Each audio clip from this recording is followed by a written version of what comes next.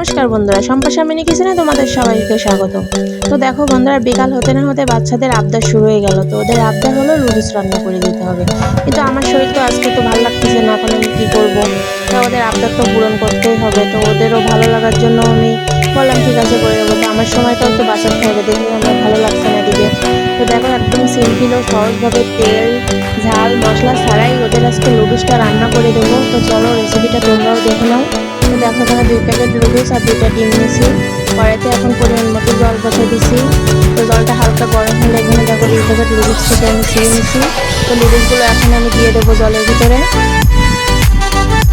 তো এইভাবে রান্না করে দিলে কিন্তু বাচ্চারাও অনেক মজা পাবে। তো আমি ওদের মজার জন্য, ওদের ভালোর জন্য এইভাবে রান্না করে দিচ্ছি তেল মশলা ছাড়াই, যেহেতু ওরা ঝাল খেতে পারে না। তো দেখো 1 প্যাকেট নুডলসের মশলা আমি প্রথমে দিয়ে নিলাম, এখানে সামান্য একটু লবণ দিলাম।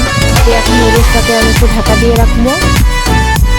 তো এখন একটু 5 মিনিট ঢাকা দিয়ে থাকতে হবে। তো এইভাবে স্বাস্থ্যকর কিন্তু বাচ্চাদের বিকালে যদি এমন নুডলসের একটা নাস্তা দেওয়া যায়, তারাও কিন্তু খুব খুশি হবে, ওদেরও কিন্তু শরীরের পক্ষে অনেক ভালো। তো যাই হোক, দেখো এখানে নুডলসটা আমি 5 মিনিট একটু সিদ্ধ করে নিয়েছি। তো এখন এখানে যে 2টো ডিম রাখছিলাম, সেই 2টো ডিম এখন দিয়ে দেবো। যেহেতু আমার 2টা বাচ্চা, এই জন্য 2টা ডিম নিয়েছি। আপনারা একটা বাচ্চা থাকলে একটা ডিম নিলেও হবে। তো এইভাবে 2টা ডিম আমি দিয়ে দিলাম নুডলসের ভিতরে। আর উপরে যে আরেকটা প্যাকেটের যে মশলা ছিল, সেটাও আমি এখন উপর দিয়ে ছড়াই দেবো ডিমের উপর দিয়ে। দেখতে কিন্তু ভালো লাগবে, খেতেও ভালো লাগবে। তো এখন উপর দিয়ে ছড়াই দিলাম একটু লবণ। তো দেওয়ার পরে এখানে আবারও 5 মিনিট আমি ঢাকা দিয়ে রান্নাটা করে নেব। তো একদম সিম্পলভাবে ওদের রান্না করে দিলাম, আমার সময়টাও বাঁচলো, ওদের কিন্তু মজাদার নুডলসটাও কিন্তু খাওয়া হলো। তো যাদের এরকম মনে হয় যে ভালো লাগছে না আজকে কিছু করার, তো এইভাবে নুডলসটা চটপট রান্না করে দিলেই কিন্তু রেডি হয়ে যাবে, ওদেরও ভালো লাগবে, নিজেদের সময়টাও বাঁচবে। তো দেখো এখানে নুডলসটা কিন্তু প্রায় আমার রান্না হওয়ার মতো হয়ে গেছে। তো দেখো এখন ডিমটাও কিন্তু ভালোভাবে সিদ্ধ হয়ে গেছে। এখানে তোমাদের একটু দেখাই দিই, বেশি কিন্তু নাড়াচাড়া করা যাবে না এখানে, তাহলে ডিমটা ভেঙে যেতে পারে।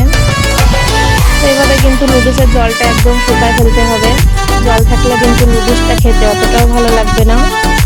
তো দেখো ডিমটাও ভালোভাবে সিদ্ধ হয়ে গেছে, নুডলসগুলোও কিন্তু এখানে সুন্দরভাবে সিদ্ধ হয়ে গেছে। তো এখানে আমার জল আছে আর একটু নুডলসের জন্য জলটা আমি শুকিয়ে নেব। তো আমার এই ছোট্ট ভিডিওগুলো যদি তোমাদের ভালো লাগে, লাইক কমেন্ট অবশ্যই শেয়ার করে দিও। আর ফেসবুক দেখে দেখলে পেজটা ফলো করে দিও, আর ইউটিউব থেকে দেখলে চ্যানেলটা সাবস্ক্রাইব করে দিও। তো দেখো এরকম সিম্পল রান্না আসলে বাচ্চাদের ভালোর জন্য তোমাদের সাথে শেয়ার করলাম। তো যদি ভালো লেগে থাকে অবশ্যই লাইক শেয়ার করে দিও। তো দেখো এভাবে কিন্তু আমার সব কিছু সিদ্ধ হয়ে গেছে, এখানে ডিমটাও সিদ্ধ হয়ে গেছে, নুডলসগুলোও জল শুকিয়ে গেছে। তো আমার কিন্তু নুডলসটা রেডি হয়ে গেছে। তো আমি কিন্তু আর রান্নাটা করব না, এখানে কিন্তু আমার রান্নাটা কমপ্লিট হয়ে